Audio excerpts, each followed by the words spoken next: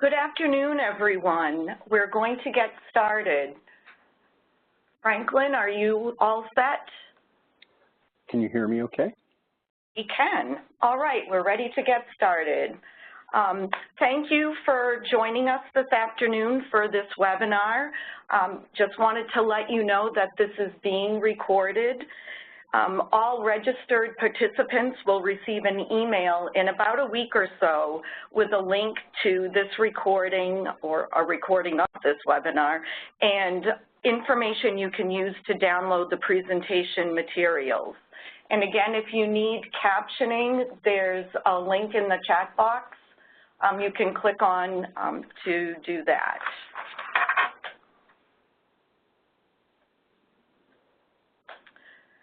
According to a recent article in the New England Journal of Medicine, in 2016 alone, there were 64,000 drug overdose deaths in the United States.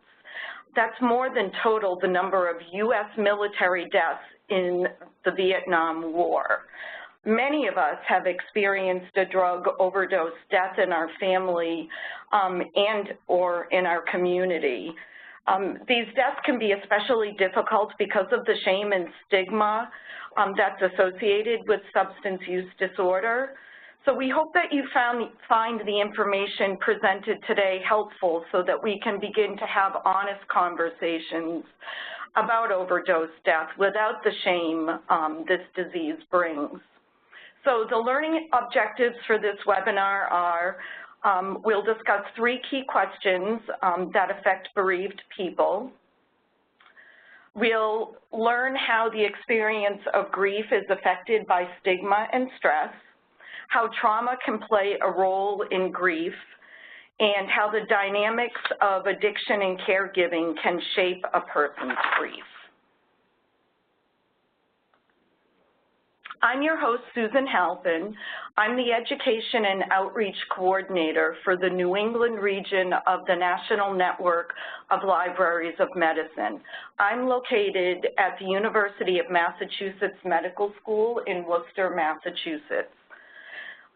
This webinar is going to last about, well, the presentation will last about 40 minutes, and then we will have time for questions at the end. So if you have questions about what you're seeing or hearing, jot them down, and in the last 10 minutes or so, you'll have time to ask them. I just wanted to give you a little brief introduction to the National Library of Medicine if you're not familiar with it. It's an actual physical library that's located on the campus of the National Institute of Health. It's the largest biomedical library in the world and one of the federal government's largest providers of digital content. All of the information from the National Library of Medicine is available online and can be accessed by anyone. It's important that you know you can trust the information you find from NLM websites and databases. These resources have been written by health and medical experts. The information has been peer-reviewed and the information is updated continually. The mission of the NLM is to advance the progress of medicine and improve public health by making health and medical information accessible to everyone. The NLM carries out its mission through a national network that has about 7,000 members across the United States. NLM also offers free training classes as well as grant funding for innovative programs and projects that bring our resources into the community.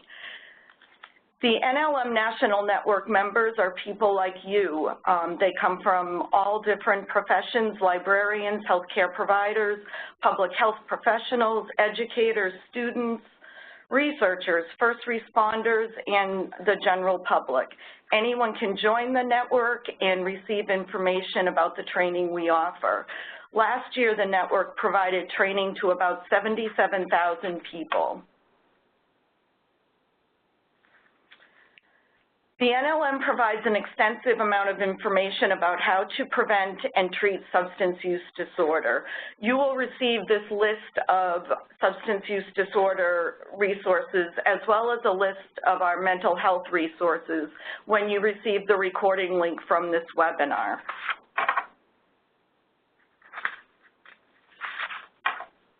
If you're located in New England, and you do any kind of programming, I'm just going to mention quickly our graphic medicine book club.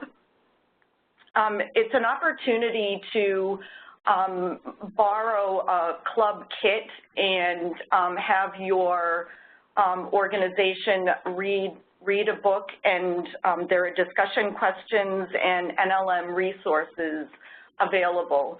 So you can contact Sarah, that's my colleague here in the New England region, and she can give you more information about how to order this kit, and you can also find more information if you go to the link that says to request a kit. All right, now I'd like to introduce our webinar presenter, Franklin Cook. Franklin, I'm passing the ball over to you.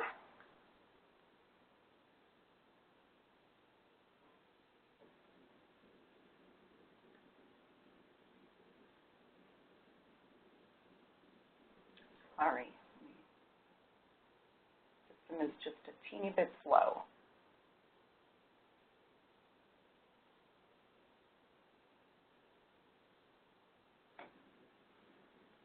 All right, you should be all set now.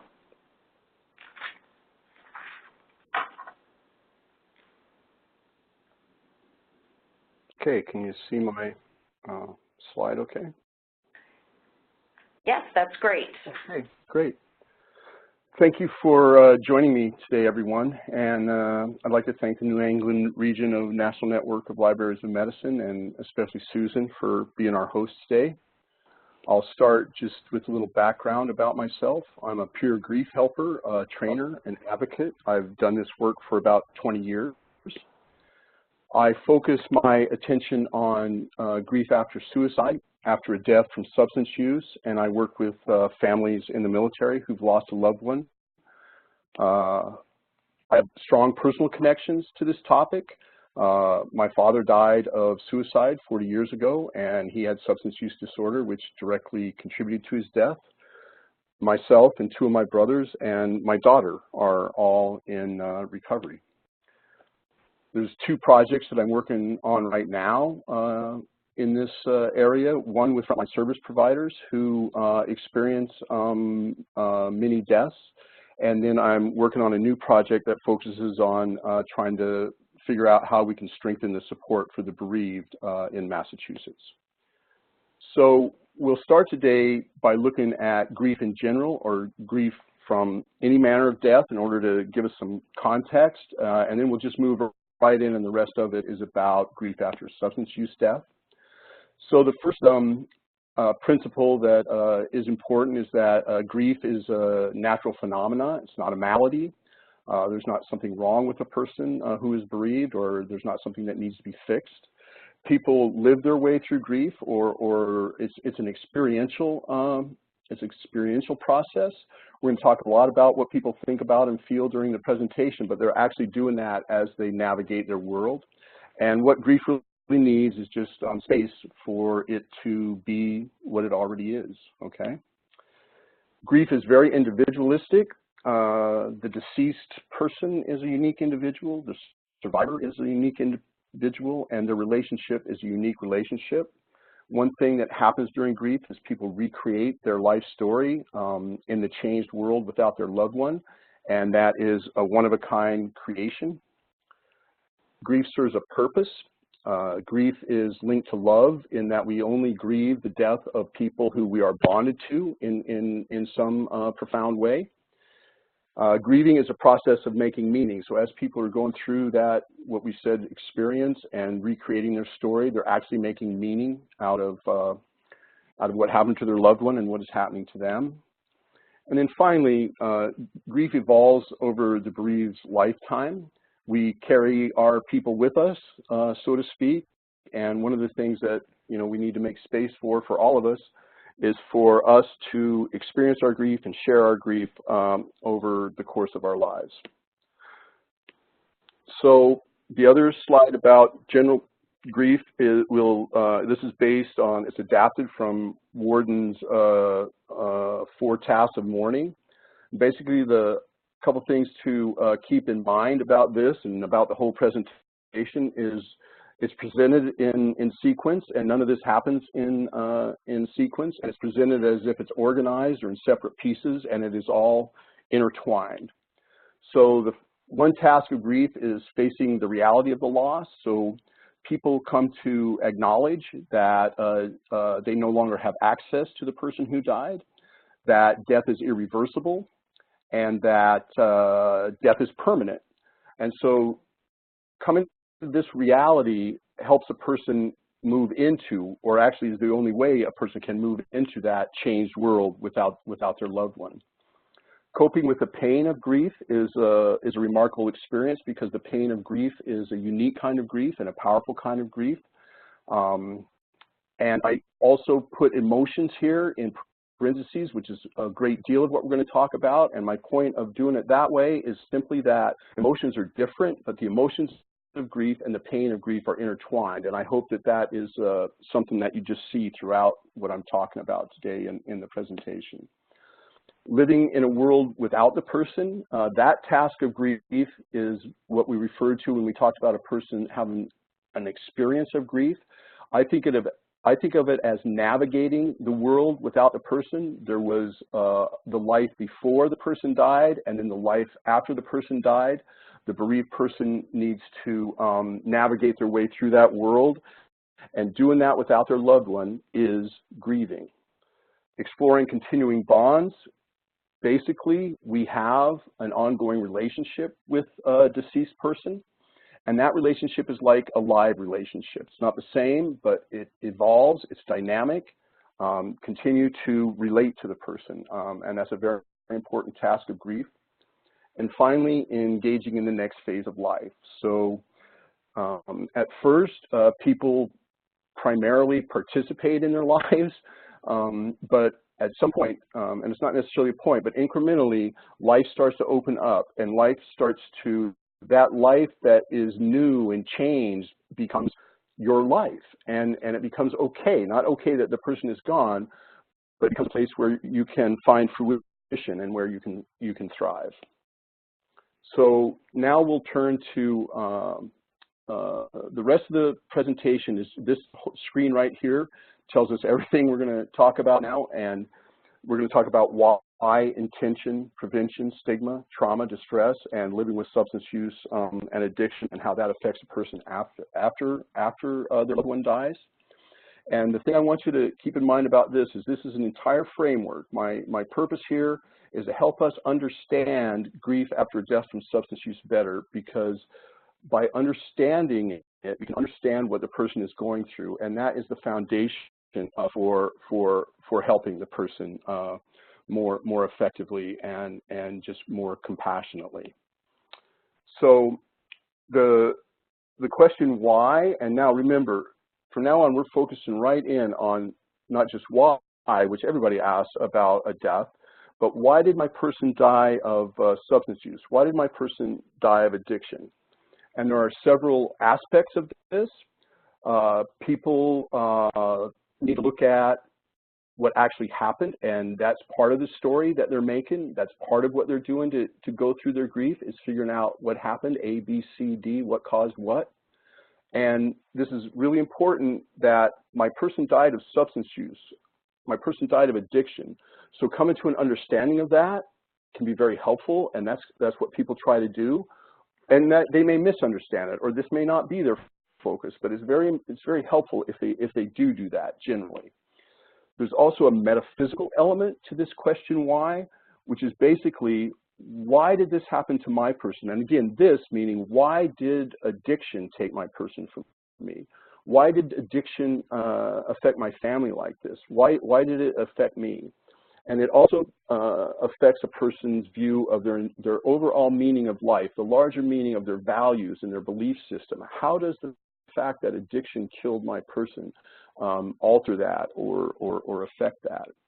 And finally, the fact that addiction took my person's life can affect the continuing relationship, this continuing bond that we've talked about, so that a person might keep the relationship closer to their vest, so to speak. Or on the other hand, they might go out and do something active around substance use or addiction. So that relationship is different simply because the death was from substance use.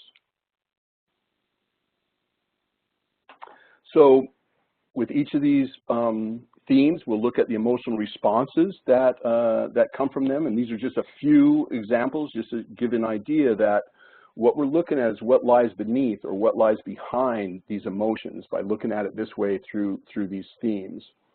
So a person might feel shock or disbelief or confusion because substance, this addiction is what took my person. They might feel helplessness, hopelessness, anger, because addiction is so powerful and so insidious that it generates those kind of feelings to come to that realization.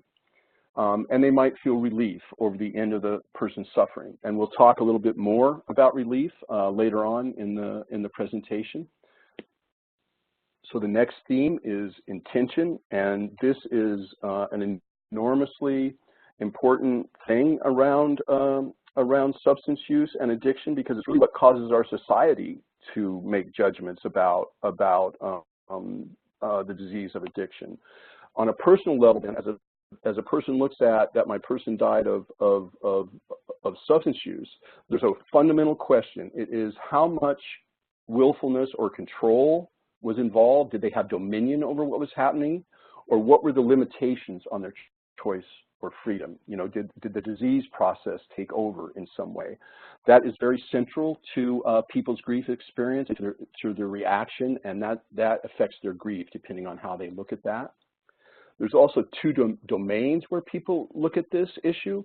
One is just that immediate time before the person dies. What were the actions and decisions there that basically took the person's life, and how was my person's control or lack of it influenced that? And then the other thing that's important to think is that over the course, people who are bereaved over the course of their person's life, and again, we're focusing on addiction, and looks at the hundreds of decisions and actions from way back, and that's part of the thread of how they see their person and how they see their person's death, that there were decisions and actions all along, and were those willful, or were they something that happened to the person?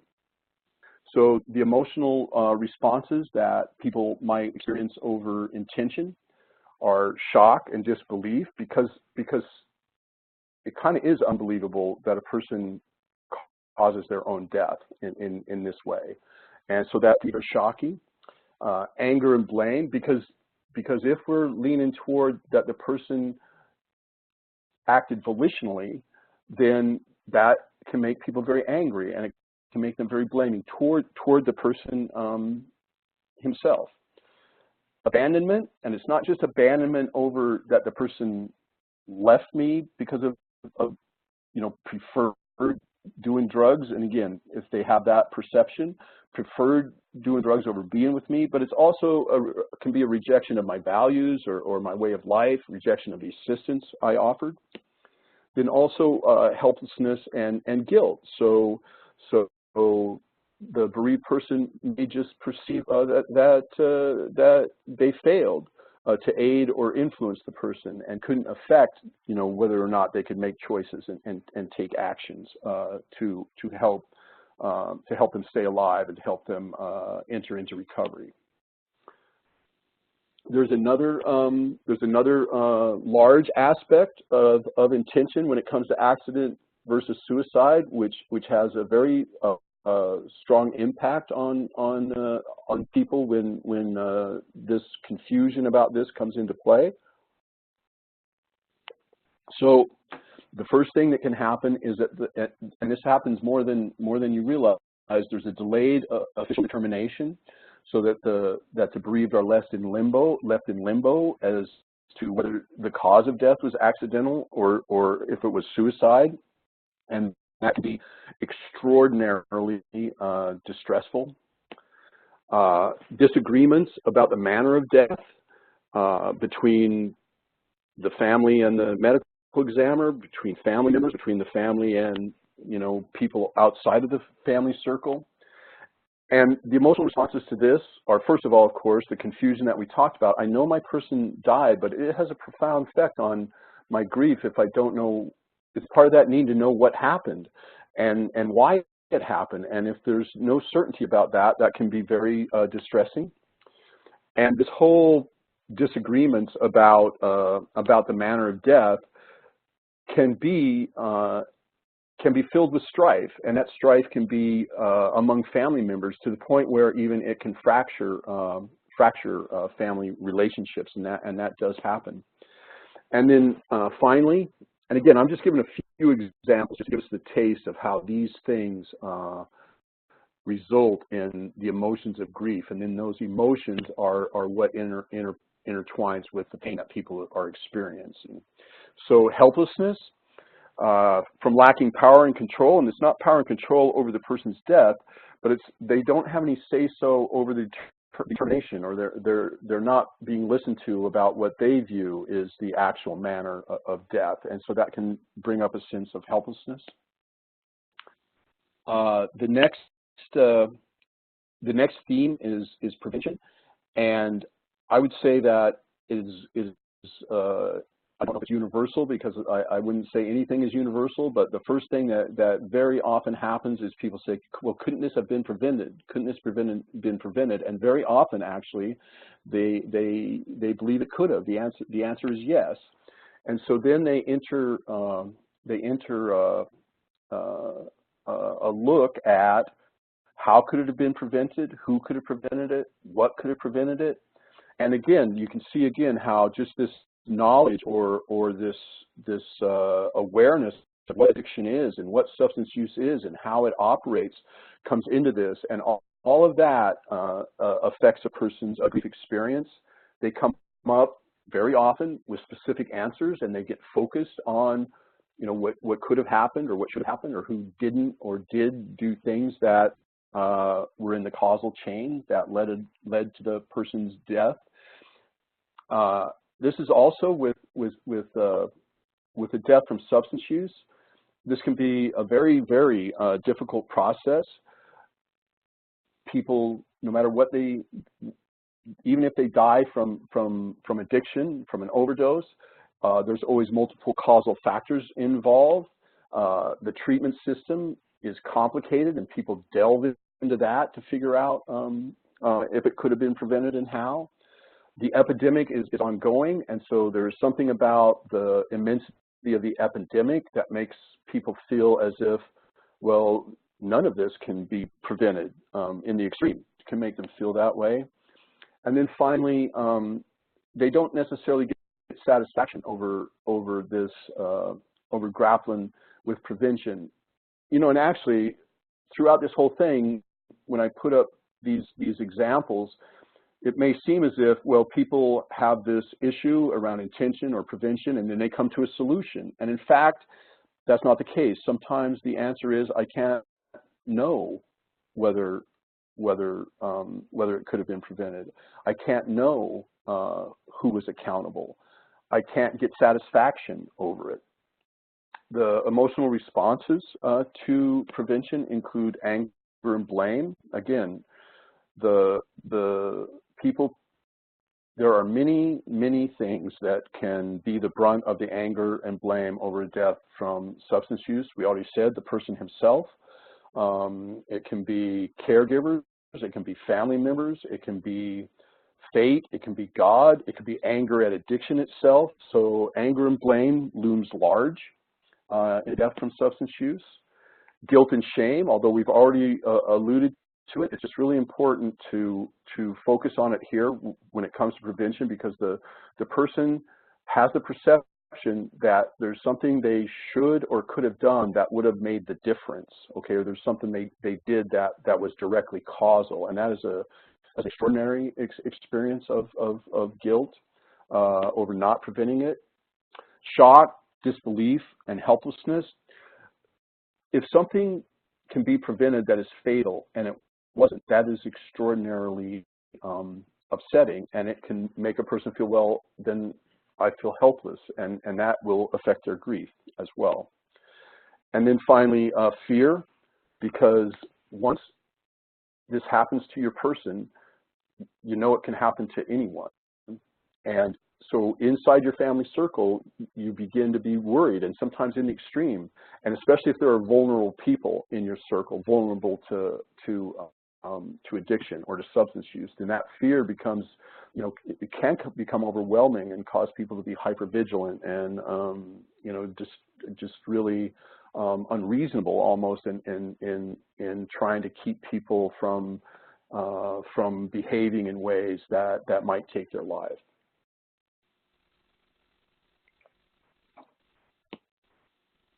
Okay, now we'll turn to stigma.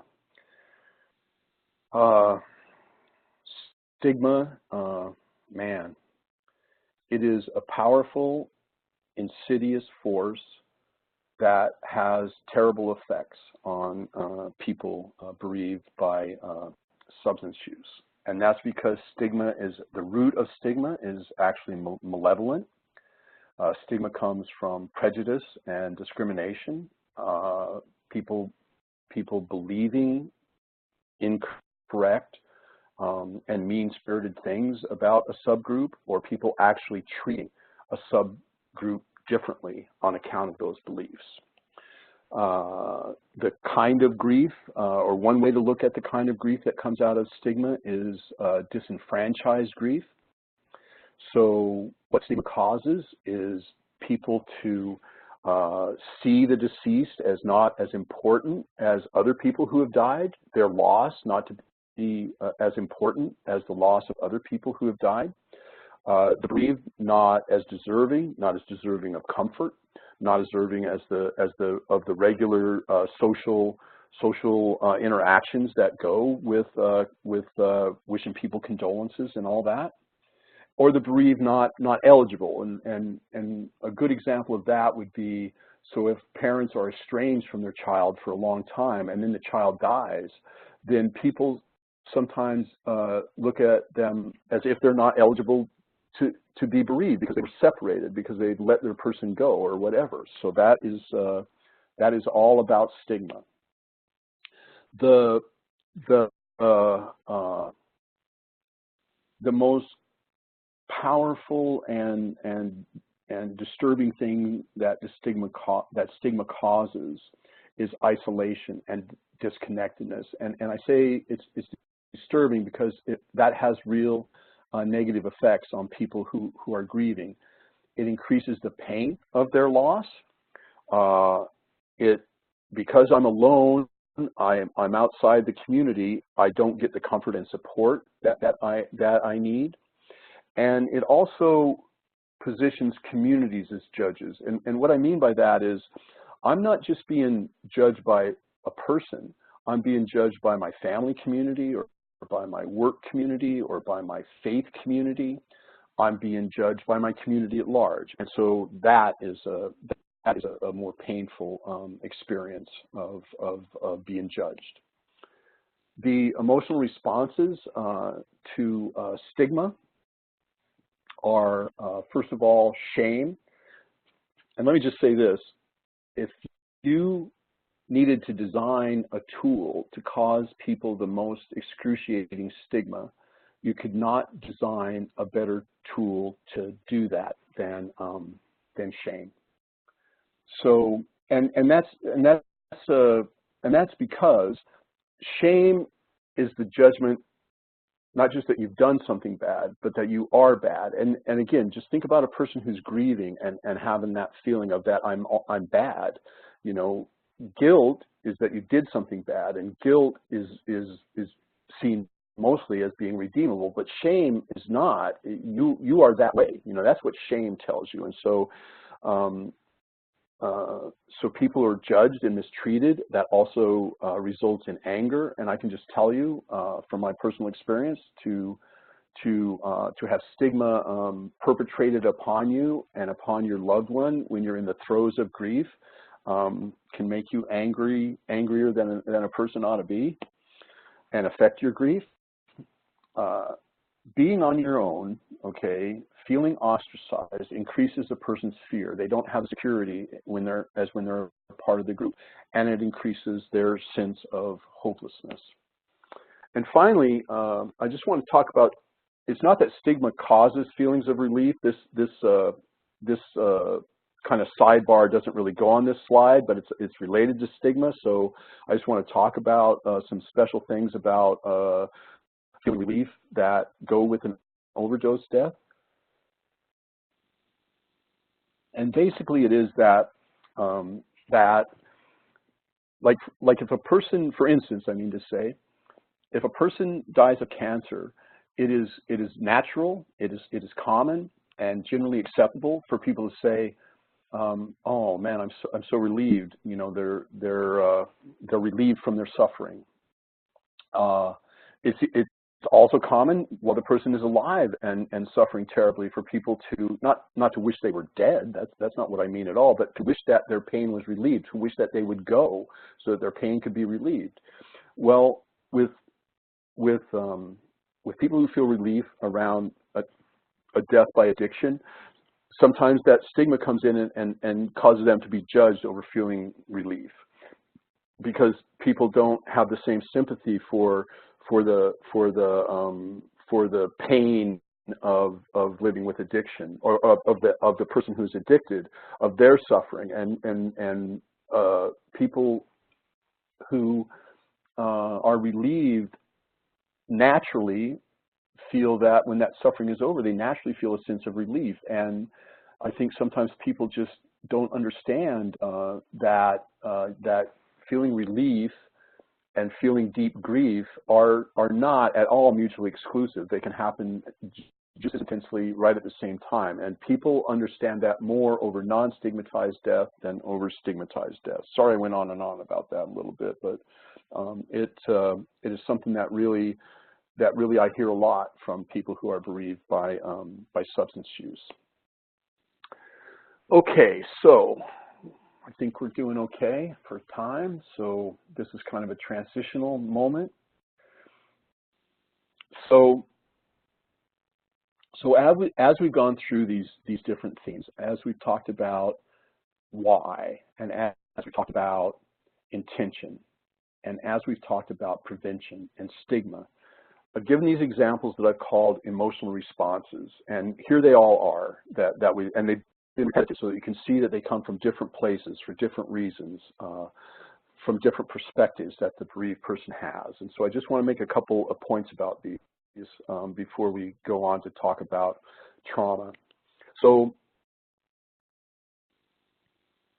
first of all, the way these are being presented might lead a person to think, oh, the person's feeling guilty, we need to get rid of that guilt, we need to help them fix that guilt. Or a person is feeling angry, we need to help them get through that anger, or fix that anger, or escape from it. And basically, when I said people navigate their way through grief, and when I said people are recreating their story and making meaning out of their loss, it is these things that provide fuel for that. And it's not that we want them to go unchecked or that people don't deserve comfort or help with these emotions, but basically these emotions are fuel for them to experience their grief, as I tried to talk about. And we haven't talked a lot about, we kind of left the pain of grief, where it was when we talked about the task. But during the whole time, these emotions and the pain of grief are reciprocal. They're intertwined with each other. So I just am trying to make the point that this is really the stuff of grief, and that when we say grief is natural and that we want to make a space for people to grieve, it is all this that we are making a space for them to experience. And I think that there's a good analogy around that. and it's the analogy of a fever.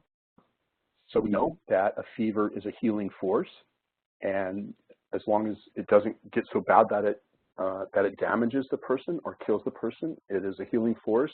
At the same time, it can make the person feel horrible. In some ways, I would say that is a good analogy for grief, in that these things are a part of the healing, these experiences, I should say, are part of the healing force of grief. And again, people need help with them so that they don't get so strong that they damage them or such as that. But these are healing forces, and so it's just important that we realize that this is what grief is really about, that this is the natural course of grief. So trauma and distress. So the trauma and distress around a substance use death comes from a number of places, and I'm just going to go through these, or at least the top tier of the list of examples. So first of all, it's just shocking. It's just shocking when you learn or are in the proximity of your loved one dying of a sudden or violent death. And to some degree, I would also say that the trauma that was experienced by the person who dies is to some extent kind of inherited by the bereaved person. They relive that in a certain way. The way they died from substance use sticks with them. They may be involved in a resuscitation attempt. As a matter of fact, it's not unusual for a family to be involved in more than one resuscitation attempt. So you can kind of imagine, you know, after I've been involved in several and the last one ends in a death, how traumatic that is. Finding or identifying the body. The person's body may not be found for days, or it may be otherwise damaged, and that can be traumatic to people. People recreate virtual, you know, pictures or films of all of this, all of the above, what happened to their person, and that can be traumatic. Media and social media provide no end of re-traumatizing events for bereaved people whose person dies of substance use to experience. And finally, one of the effects of the epidemic, I would say, is that it's like the disaster effect. In Massachusetts, 2,000 people die of overdose every year, or the most recent years, I should say. Well, if 2,000 people died in a hurricane, okay, that hit Massachusetts, that would be a major disaster, and it would have a certain effect around that. And so some of that is present, even though the fatalities are spread out over time, you know, because it does seem like you're being overwhelmed by a disaster. So I just wanted to kind of point to this column here. These are the emotional responses, just like we listed with the other themes. And I just want to say, you know, kind of look at how many there are, and look at the subtleties. So those examples we gave before were just sort of the ones that seem most obvious, and the ones that really we know happen a lot. But the emotional response to all of these things is immense and is entangled with the person's grief. I also give you the link to this CDC handout because it is, you know, it has some great ideas about or tips about interacting with a person who's just had a traumatic experience, and some tips about how to be helpful. So our last topic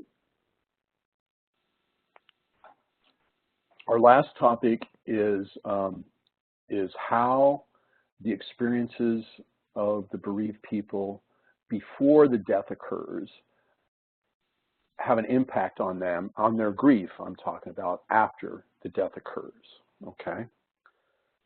Family dynamics, caring for a chronically ill person, and ambiguous loss are the places where, or are the topics of what affects a person before the death occurs. Okay, so family dynamics of substance use death. First of all, the large category is maladaptive behavior, and this is in the family system. And so I think the most all-inclusive way to say what maladaptive behavior is around substance use disorder is that people in the family system take on roles or behaviors that basically protect the person who has the substance use disorder. We say protect the addiction so that it can continue being a part of the system. Another thing that happens is that families can adopt sort of a negative world view that's pervasive. They can see the world rather darkly or cynically or pessimistically, and that becomes retrenched in the family. Other family substance use, and I think when you're talking about the disease of addiction, you just have to know that sometimes, a lot of times, actually, this is cross-generational. We have cross-generational people dying from overdose, and so that this is really part of the matrix of what happens to people. And then finally, life disruptions. So this is kind of the list of life disruptions that people experience or can experience before their person dies while they're struggling with the disease of addiction. And again, overdoses. We've looked at many of these, but keep in mind that these may happen over a long period of time, and they can be pervasive. And the thing that I want to point out is think about how these contribute to the trauma of losing a loved one to substance use disorder. So again, that idea of trauma or distress or toxic stress looms large, and it can be carried over from when the person was alive to the person's grief experience. Caring for a chronically ill person. So I'd just like to say that I really have come to believe that there are apt comparisons and valuable comparisons to be made between caregiving for a person with substance use disorder and caregiving for a dying person, like in hospice, although they're also different. I want to acknowledge that. But caregivers of people who have substance use disorder, they actually can experience myriad losses, practical losses like loss of security or loss of safety, relational losses, loss of intimacy, loss of mutuality in the relationship. They face a life or death situation, and they may not face that constantly, but a life or death situation is pretty much always right around the corner or right on hand with the next phone call, right? So that causes fear and helplessness and can cause hypervigilance. And of course, we've talked a lot about the crises and the experiences that people have in family systems. And when the worst happens, when the person dies, the caregiver may be at a place where they're depleted, where they're exhausted, where they feel failure or guilt, or where they have a sense that they've lost their purpose in life. Finally, ambiguous loss. So ambiguous loss is a death. It's like a death. This is what people say about it. It's like a death without the person dying. And this certainly happens with people who have substance use disorder, that the person becomes estranged in a way where they're really gone. They are physically present in that they're still in the world, but they're really gone in that you can't contact them psychologically, right? That you can't have a relationship with them. With addiction, ambiguous loss can also get the family tangled up in how the person gets lost, if you will. A great example of ambiguous loss is Alzheimer's disease, and that's kind of something that happens to a person and happens to a family. But with families who are struggling with caring for a person with substance use disorder, the person might become estranged because they quit letting them live in the house, or quit giving them money, or any manner of things where they get kind of implicated in it in a way. And I don't mean they're actually implicated in it, but they have that feeling from that happening. So Pauline Boss, who is the guru of ambiguous loss, says that this is also inherently traumatic. And so basically these things that happen before the death, the same family that woke up the morning before the death, all right, wakes up with the same dynamics the morning after the death. And so I'm just making the point that all this gets carried over into their grief. So in closing, I just, first of all, thank you for being here. I hope that looking at a person's grief through this lens, through this framework, helps you see what the bereaved are going through after a substance use death, helps you see what's behind and beneath their feelings, and all of that helps us better understand the experience they're having.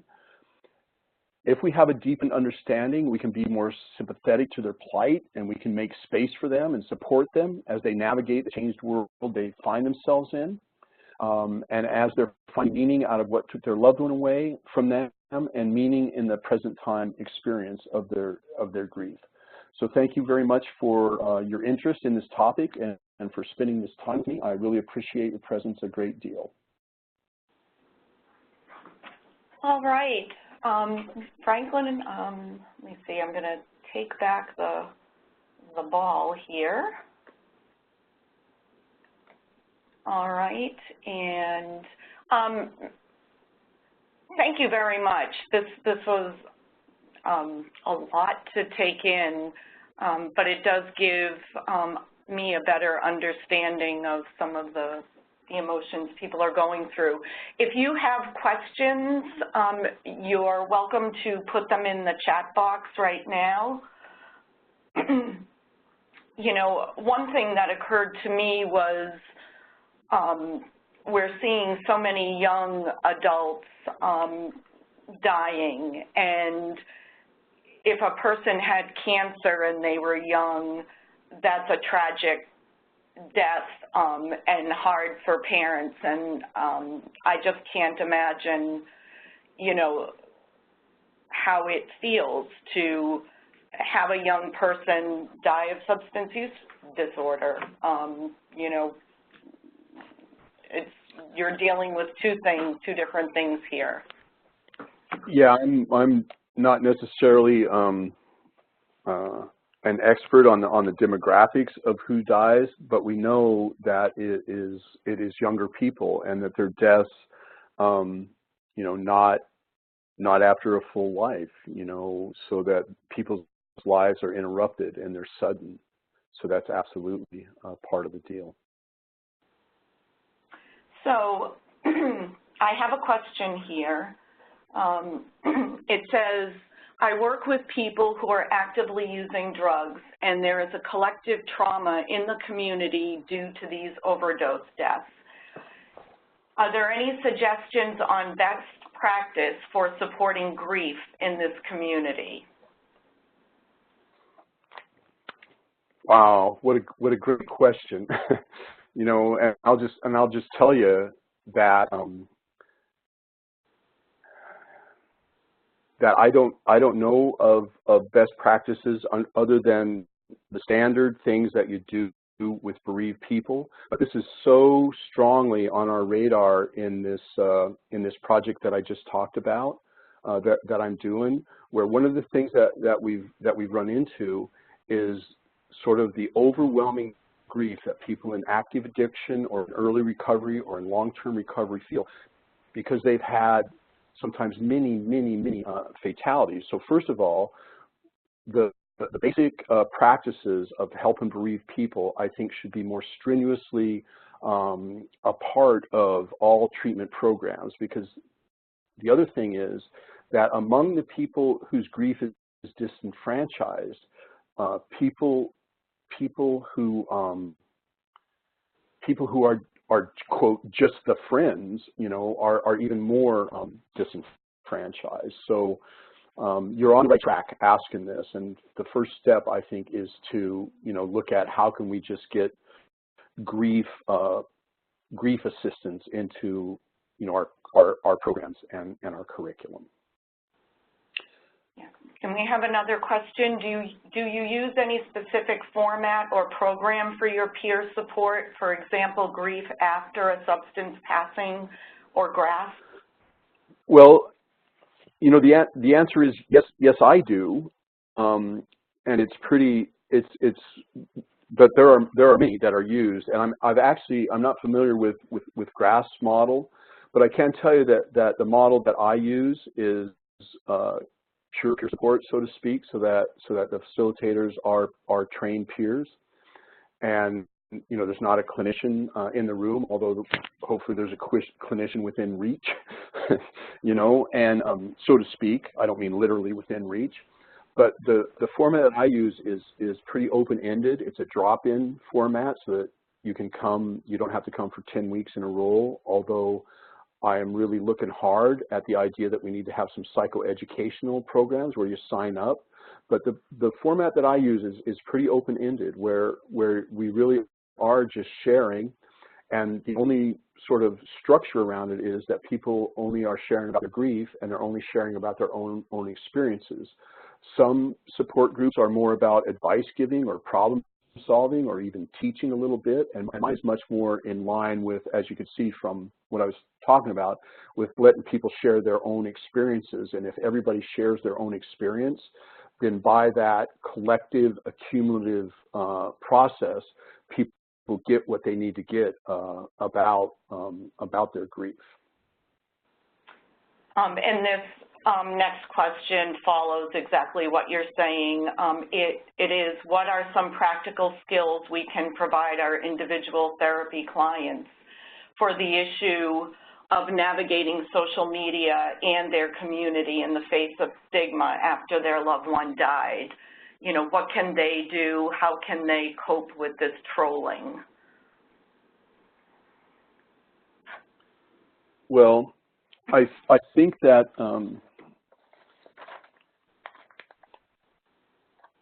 again, without getting down in the weeds, and also with not saying something about clinical treatment. Here's what I would say in general. These are triggers, and what do we do for people who are traumatized, by triggers, and there's different practices and therapies that go with that. And so I would just say these are triggers, and can we help people? What basically has to do with not being exposed to them, or with learning to tolerate them, or practicing tolerating them. Those kind of practices are what I would recommend. Okay, we have a few other questions here. I work in a public library where overdoses have become a regular occurrence. Do you have any suggestions for the staff who respond to these overdoses? Also, how can we better serve the loved ones who visit the library after? Wow.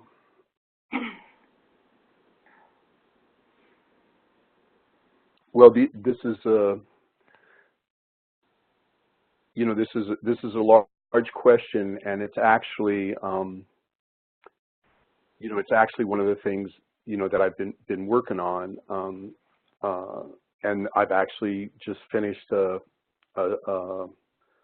sort of a manual for frontline service providers, and it's about to come out, and I should share that with you. But basically, it's about post-event actions that you take. So, and to go through that would be an exercise in itself. But when this comes out, I would certainly make it available to you, Susan, to share with people. And it's for frontline service providers, and so it might not precisely be the staff at a library, but that's the position you're in, is you're on the front lines of death. And so I would, can you share that with everybody? If I share it with you, it's probably out in a week or two, and I will just share it. It's for public health workers, but it would apply. Yep. The other thing about working with families, is also, again, to become aware of the basic how to interact with a person who is bereaved, to offer them comfort, to let them take the lead, to not say, I know how you feel. I mean, this is an entire topic unto itself about which there's a lot of information, but you can become more skilled and maybe even have a training. And, I don't know right off the top of my head, but